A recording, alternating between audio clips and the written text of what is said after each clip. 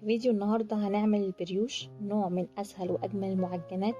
حاجة كده لذيذة تتاكل في الفطار أو العشاء مع كوباية الشاي.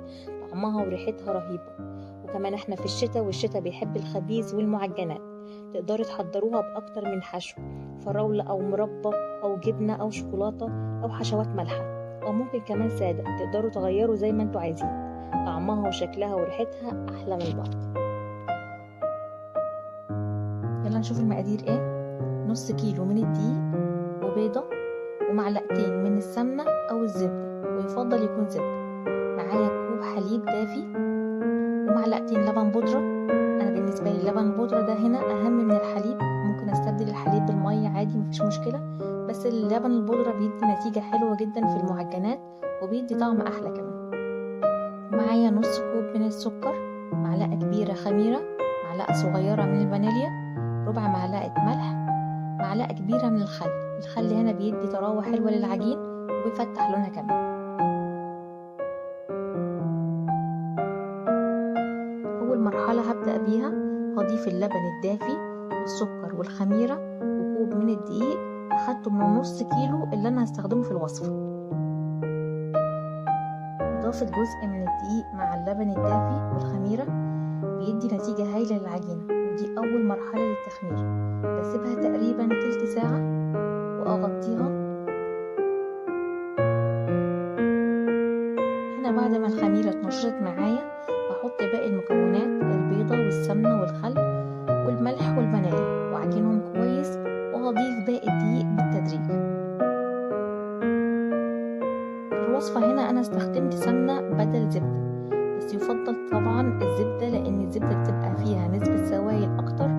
السوائل دي بتدي هشاشة للعجينة، بس أنا هنا استخدمت السمنة لأن كان عندي سمنة بلدي، وكنت عايزة أجرب وأشوف يعني طعمها ايه وريحتها. بصراحة هي كانت طعمها برضو حلو وريحتها حلوة، بس طبعا أنا بفضل الزبدة في المعجنات. وأنا بعجن فيها هنا بشوفها محتاجة سوائل تاني ولا لأ. ضفت لها نص كوب من الحليب برضو الدافي. أنا يعني النص كيلو دول أخدوا معايا كوب ونص من الحليب، وبرضو على حسب نوع الدقيق.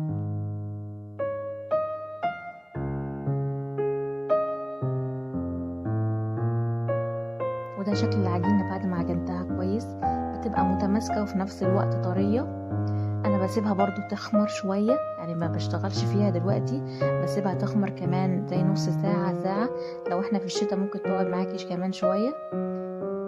انا سبتها مرحلة التخمير هنا اتحذفت، بس انا كنت سبتها يعني تخمر، وبعدين جبتها بعد ما خمرت.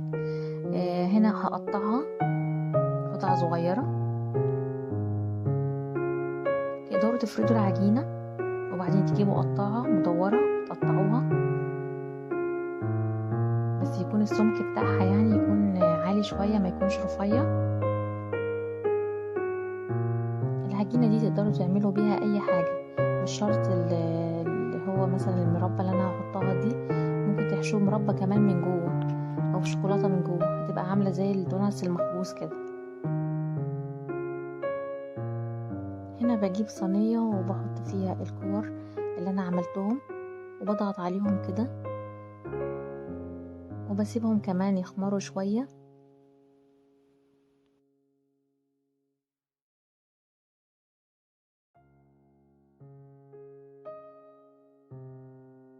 هنا بعد ما شكلتها وضغطتها كده هجيب كيس بلاستيك واغطيها، وبعدين احط عليه كمان فوطة واسيبها تخمر شوية كمان زي تلت ساعة.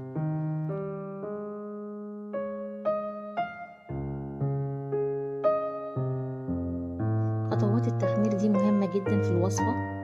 هنا بعد ما خمرت بجيب كوباية صغيرة كده او اي اداة عندك، بحيث ان انت تعملي مكان للحشو ده زي ما انتوا شايفين كده.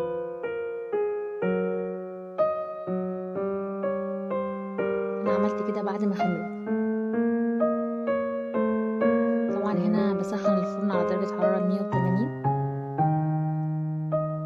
المهم تكون بدرجة حرارة وسط على حسب الفرن بتاعتك. لو الفرن بتاعتك واطية اصلا ودرجة 180 دي واطي، لا خليها على 200، لاني انا عايزاها تكون الفرن وسط. لان العجينة لو على درجة حرارة واطية بتتمص كده وبتنشف ومش هتكون حلوة. برضو لو كانت عالية هتلاقيها استوت من بره ومن جوه برضو متعجنه. وده شكلها وهي في الفرن. بعد ما بتخرج بسيبها تهدى شويه وبعدين بدهنها بالمربى. تقدري تدهنيها برضو بالعسل.